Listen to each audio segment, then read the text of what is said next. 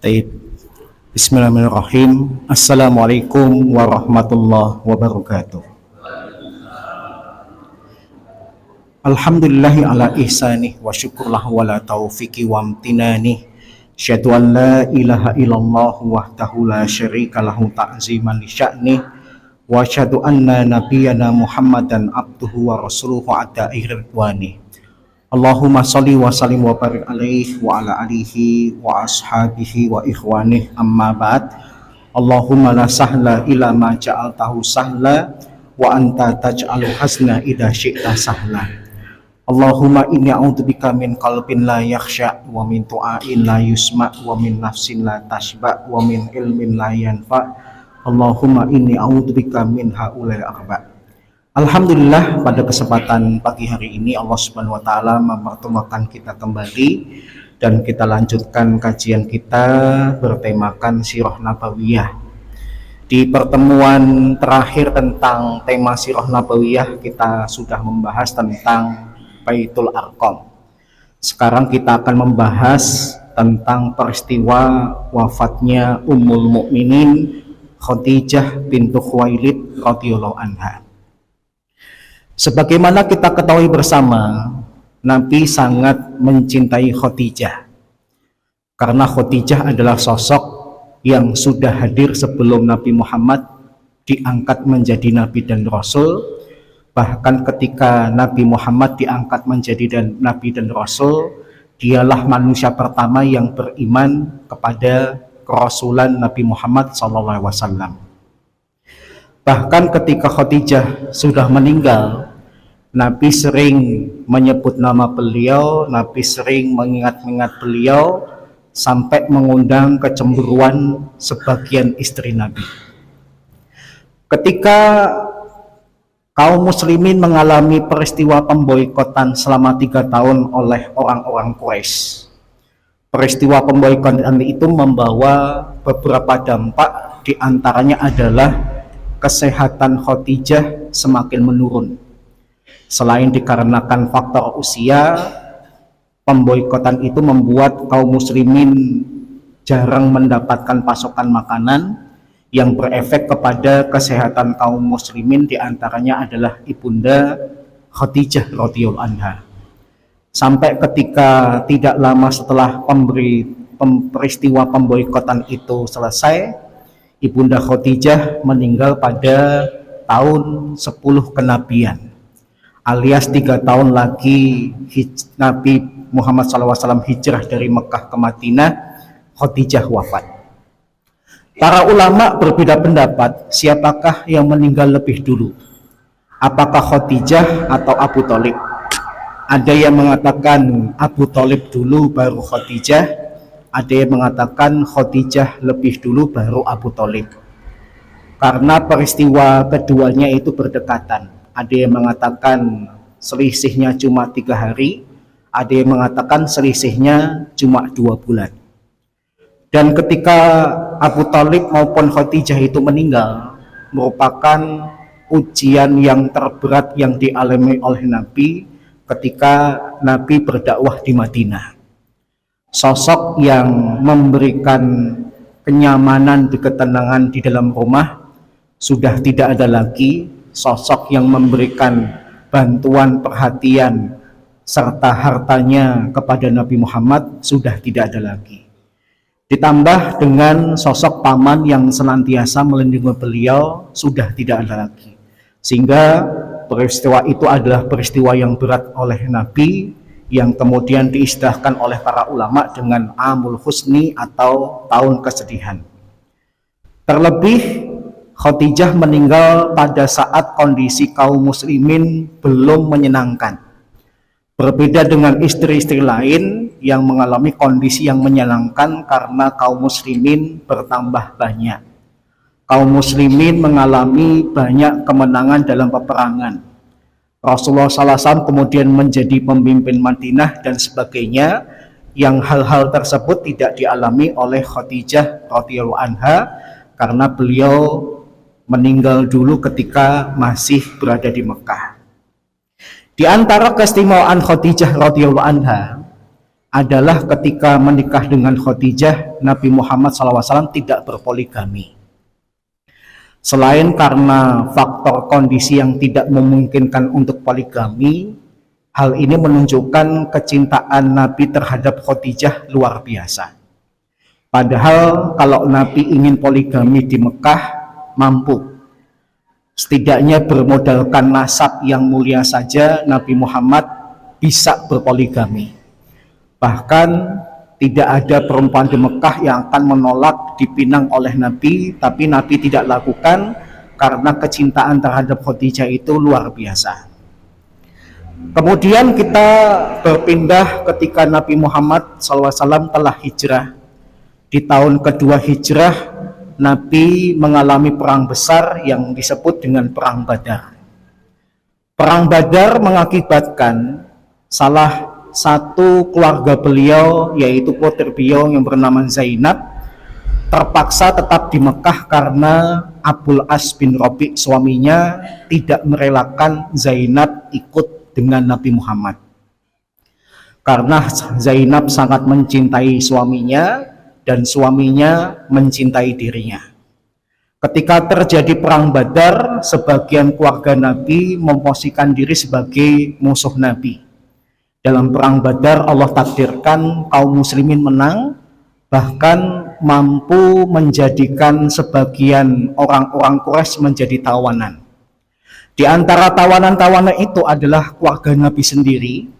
Yang pertama adalah Al-Abbas bin Abdul Muthalib, yang kedua Aqil bin Abi Thalib, kemudian yang ketiga adalah menantu beliau Abul As bin Rabi'. Ketika mendapati sebagian keluarganya menjadi tawanan, Rasulullah bermusyawarah dengan sahabat, kemudian memunculkan ide untuk menjadikan mereka sebagai tebusan. Boleh bebas kalau ditebus. Mendapati suaminya Abul As bin Rabi' menjadi tawanan ayahanda, menjadi tawanan Rasulullah, Zainab pada saat itu tidak punya banyak harta. Maka Zainab merelakan satu-satunya kalung yang dia miliki, yang merupakan pemberian Khadijah radhiyallahu anha tatkala Zainab menikah, beliau kirimkan sebagai tebusan untuk bisa menebus suaminya. Dan tatkala Rasulullah SAW menerima harta-harta tebusan untuk menebus sebagian orang Quraisy yang ditawan, Rasulullah melihat kalung tersebut. Rasulullah mengenali kalung tersebut karena kalung tersebut ketika Khadijah masih hidup dipakai terus. Dan ketika Zainab menikah, karena Zainab tidak memiliki apapun, Khadijah merelakan melepas kalung kesayangannya diberikan kepada Zainab. Sehingga ketika kalung itu dilihat oleh Rasulullah sebagai harta tebusan, Ibunda Aisyah radhiyallahu anha mengatakan, falamma ra'aha Rasulullah sallallahu alaihi wasallam raqalaha riqqatan syadidah. Ketika Rasulullah melihat kalung tersebut, Rasulullah sangat sedih. Yang saya belum pernah melihat Rasulullah sesedih itu. Karena memori tentang Khadijah hadir kembali, cinta Rasulullah SAW kepada Khadijah hadir kembali. Sampai kemudian Rasulullah SAW menjadikan kalung tersebut untuk membebaskan menantu beliau Abul As bin Rabi', tapi dengan tambahan, aku terima barang tebusan ini, tapi tidak cukup, supaya cukup kamu harus menyerahkan Zainab ketika kamu ke Mekah. Kemudian Rasulullah SAW mengutus dua sahabat yang mengiringi Abul As bin Rabi' pulang ke kota Mekah. Kemudian sampai di kota Mekah, Zainab dijemput oleh dua sahabat ini, kemudian dihantarkan kepada Rasulullah yang saat itu berada di Madinah, dan itu terjadi pada tahun 2 Hijriah. Sepasang suami istri ini yang saling mencintai terpaksa terpisah sekitar 5 tahun. Pada tahun 7 Hijriah, Abul As bin Rabi' ikut dalam ekspedisi perdagangan orang-orang Quraisy Mekah. yang ketika mereka akan melewati Madinah, kelompok dagang itu kemudian dicegat oleh kaum muslimin dan hartanya dirampas. Pada saat itu Abul As bin Rabi' berhasil melarikan diri, kemudian dia masuk kota Madinah mencari istrinya dan minta pertolongan kepada istrinya agar melindungi dirinya. Maka Zainab kemudian bertindak cepat, dia segera menemui Rasulullah SAW yang saat itu sedang sholat subuh di masjid. Dia mengatakan, wahai manusia, aku menjadi pelindung atas Abul As bin Rabi' suamiku. Hal itu didengar oleh Nabi dalam sholat dan didengar oleh para sahabat. Setelah Nabi SAW kemudian salam dalam sholatnya, kemudian Nabi bertanya kepada para sahabat, kalian dengar nggak perkataan itu? Kemudian para sahabat memberikan kesaksian, saya dengar ya Rasulullah. Zainab mengatakan dia menjadi pelindung suaminya. Kemudian Nabi SAW bermusyawarah dengan para sahabat. Kalau demikian, kembalikanlah hartanya Abul As bin Rabi' biar dia kembali ke Mekah dengan barang dagangannya. Maka dengan keputusan Nabi tersebut, Abul As bin Rabi' kemudian kembali ke Mekah dengan barang dagangannya. Dan Abul As bin Rabi' kagum dengan sikap mertuanya, dengan sikap Rasulullah SAW yang tidak terkesan sakit hati karena Abul As bin Rabi' pernah ikut melawan beliau dalam perang Badar. Sehingga singkat cerita Abul As bin Rabi' ketika sampai ke Mekah menyerahkan kembali harta dagangannya, kemudian pamitan kepada orang-orang Mekah untuk ikut kepada Nabi di Madinah karena dia sudah masuk Islam. Setelah itu akhirnya dia menyusul istrinya pada tahun 7 Hijriah di kota Madinah, dan tercatat dalam sejarah semenjak tahun 7 Hijriah sampai tahun 12 Hijriah Abul As masuk Islam, karena pada tahun 12 Hijriah beliau kemudian wafat. Kemudian di antara kisah Khadijah yang dibahas oleh para ulama adalah siapakah yang lebih utama? Apakah Khadijah atau Aisyah?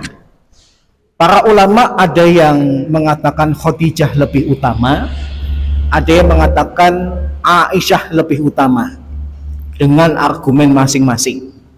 Tetapi ada juga ulama yang bersikap tawakuf, berdiam diri, karena Khadijah memiliki kelebihan dan Aisyah memiliki kelebihan.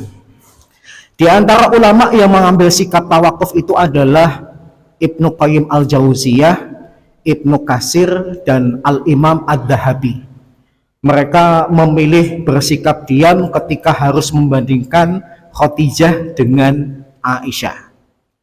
Adapun kelebihan Aisyah, sebagaimana di dalam Sahih Bukhari, Rasulullah SAW pernah bersabda, kamu lamina rijal kasir, laki-laki yang sempurna itu banyak, walam yakmul minan nisa illa Maryam bintu Imran wa Asiyah bintu Fir'aun wa fadlu Aisyah ala nisa kafat lisarid ala sa'ir to'an. Sedangkan perempuan yang sempurna itu tidak banyak. Di antara perempuan yang sempurna adalah pertama Maryam binti Imran, yang kedua Asiyah istrinya Fir'aun. Kemudian Nabi menyebutkan dan keutamaan Aisyah di antara perempuan-perempuan lain seperti keutamaan sarid dibandingkan makanan-makanan yang lain. Sarid dulu pernah saya terangkan, sarid itu adalah bubur gandum yang dicampur dengan daging. Salah satu makanan favorit Nabi adalah sarid. Jadi kalau bapak ibu sempat umroh atau haji di Mekah, itu ada restoran yang menghidangkan sarid. Ya, setidaknya sarid yang dihidangkan di zaman sekarang ada kemiripan dengan sarid di zaman Nabi. Meskipun kalau sarid zaman sekarang itu lebih banyak bahan yang dimasukkan. Kalau di zaman Nabi itu terkesan cuma gandum dicampur dengan daging kambing atau daging onta. Kalau zaman sekarang sarit itu dimasukin kacang-kacangan, kemudian beberapa sayuran, tapi intinya Nabi sangat mencintai yang namanya bubur daging. Ya. Bukan bubur ayam ya, gitu ya. Bubur daging. Buburnya dicampur dengan daging kambing atau dicampur dengan daging onta. Nabi menggambarkan Aisyah seperti keutamaan sarit di atas makanan-makanan lain. Sehingga dengan sabda ini Nabi menunjukkan keutamaan Aisyah dibandingkan perempuan-perempuan yang lain. Tapi tidak dimungkiri ada juga pujian Nabi terhadap Khadijah. Apalagi ketika Rasulullah SAW pernah bersabda, khairun nisa'iha Maryam bintu Imran wa khairun nisa'iha Khadijah bintu Khuwailid. Sebaik-baik perempuan di zamannya adalah Maryam binti Imran, dan sebaik-baik wanita di zamannya adalah Khadijah binti Khuwailid. Apalagi kemudian keutamaan Khadijah itu diperkuat dengan kedatangan Jibril yang mengabarkan kepada Nabi, ya Muhammad, sesungguhnya Khadijah akan datang. Dia nanti datang kepadamu dengan nampan yang berisikan lauk pauk, makanan dan minuman. Kalau dia datang kepadamu, faqra alaihassalam min rabbiha wa minni. Sampaikan bahwasanya Khadijah itu dapat salam dari Allah dan dari aku.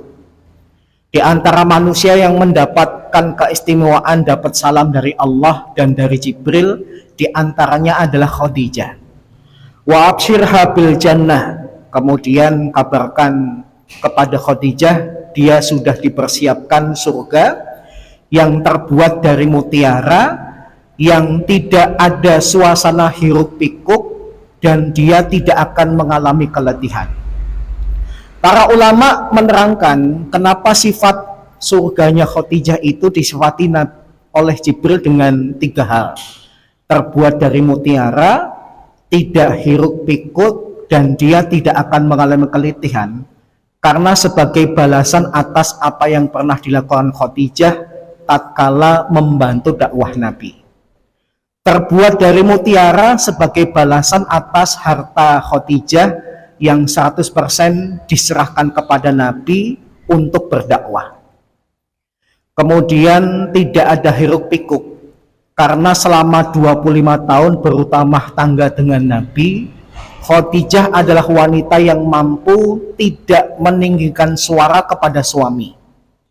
Meskipun yang namanya rumah tangga ada konflik kecil-kecilan, tetapi selama 25 tahun itu Khadijah mampu tidak meninggikan suara kepada Rasulullah SAW. Yang hal ini kayaknya terasa sulit di zaman sekarang ini. Ibu-ibu pernah nggak meninggikan suara kepada suami? Bukan cuma pernah ya, sering gitu ya. Tapi kalau wanita yang berhasil sekalipun tidak pernah meninggikan suara kepada suami adalah Khadijah. Makanya gambarannya adalah surganya itu tidak ada hiruk pikuk. Kemudian sifat yang ketiga, tidak akan mengalami keletihan sebagai balasan atas keletihan Khadijah radhiyallahu anha selama 25 tahun melayani Nabi, selama 25 tahun melayani umat dalam rangka mendakwahkan Islam bersama Rasulullah SAW. Sehingga para ulama menyimpulkan sikap yang terbaik adalah bersikap tawakuf, tidak membanding-bandingkan satu istri dengan istri yang lain, karena kalau kita dapati istri-istri Nabi itu memiliki keistimewaan-keistimewaan yang tidak dimiliki oleh perempuan-perempuan lain, yang masing-masing istri itu menggambarkan kebaikan wanita-wanita dunia. Ada perempuan yang cerdas, yang kecerdasan itu diwakili oleh Aisyah radhiyallahu anha. Ada wanita yang sangat setia, yang kesetiaan itu diwakili oleh Khadijah radhiyallahu anha. Sehingga di antara hikmah Nabi Muhammad SAW memiliki istri yang banyak, karena seluruh istri ini menggambarkan sifat-sifat yang baik yang dimiliki oleh seorang wanita. Baik, demikian yang bisa sampaikan tentang kisah singkat wafatnya Khadijah radhiyallahu anha. Moga-moga bermanfaat, kurang lebihnya mohon maaf. Sisa waktu kalau ada pertanyaan saya persilahkan.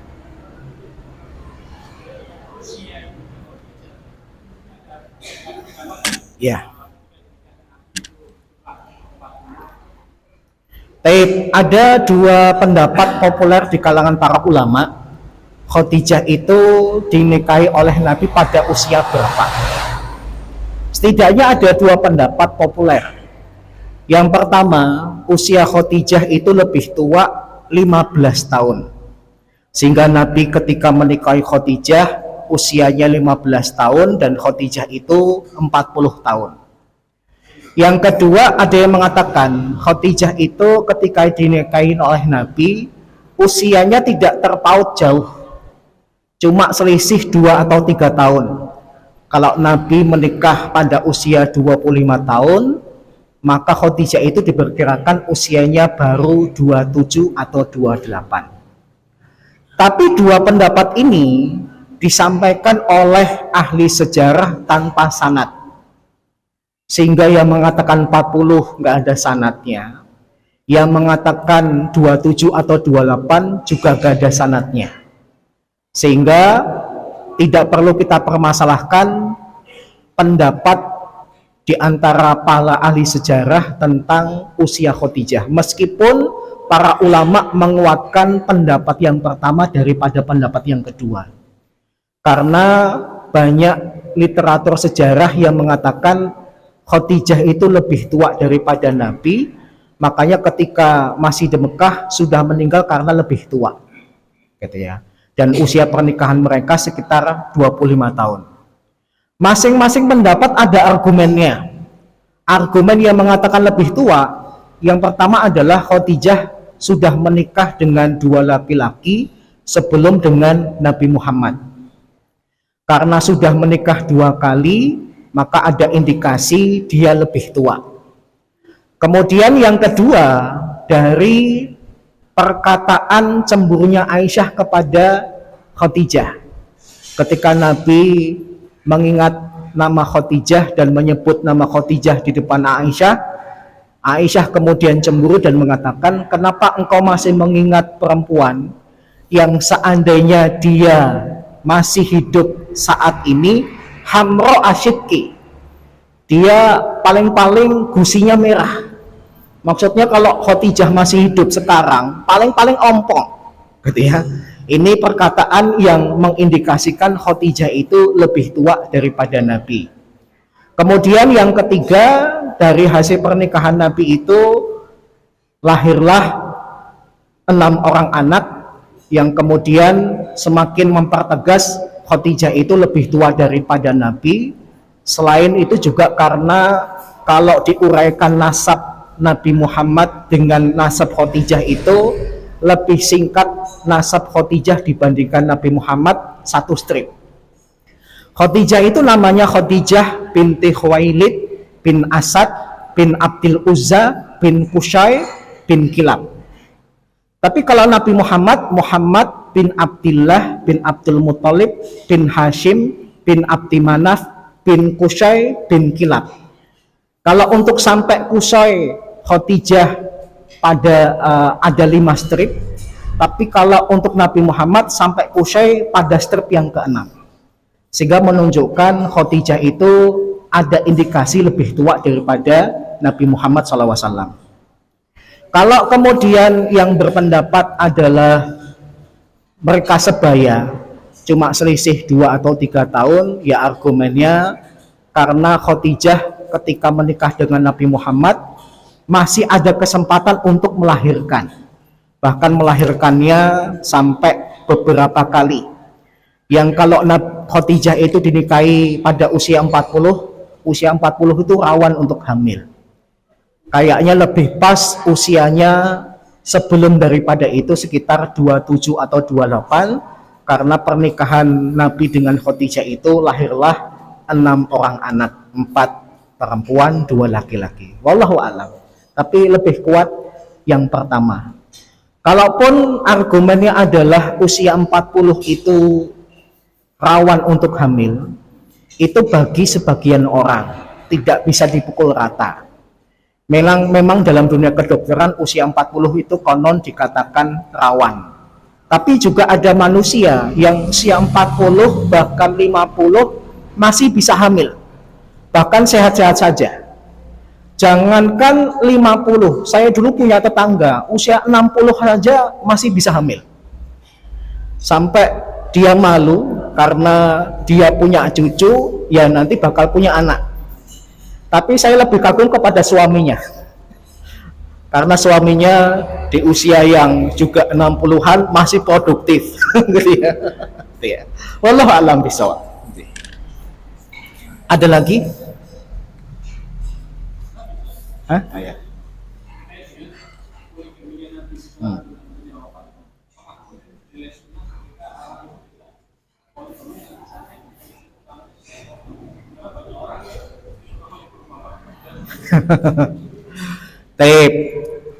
Para ulama tidak ada yang mengambil kesimpulan boleh poligami kalau istri pertama meninggal dulu. Ya kalau istri pertama segera meninggal kita bisa poligami, kalau nggak meninggal bahkan yang meninggal lebih dulu berarti nggak bisa poligami dong. Para ulama tidak ada yang mengambil kesimpulan demikian. Para ulama menyimpulkan poligami itu apa? Pintu yang dibolehkan, diperintahkan enggak, dilarang juga enggak.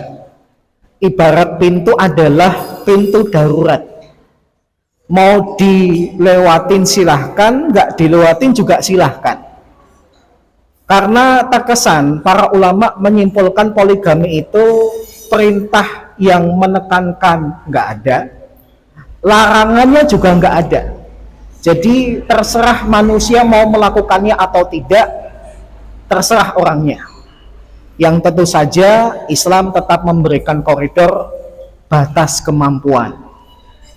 Kalau dia memiliki kelebihan yang dirasa kelebihan itu tidak memberikan dampak dari poligaminya, maka silahkan poligami. Tapi kalau dia tidak punya kelebihan, ketika berpoligami malah justru menimbulkan permasalahan, sebaiknya jangan berpoligami. Misalnya orang yang sangat miskin, kemudian fisiknya lemah tapi poligami, hanya nafsunya saja yang kuat, uang nggak kuat, fisik nggak kuat, tapi nafsunya saja yang kuat. Kalau poligami bahaya.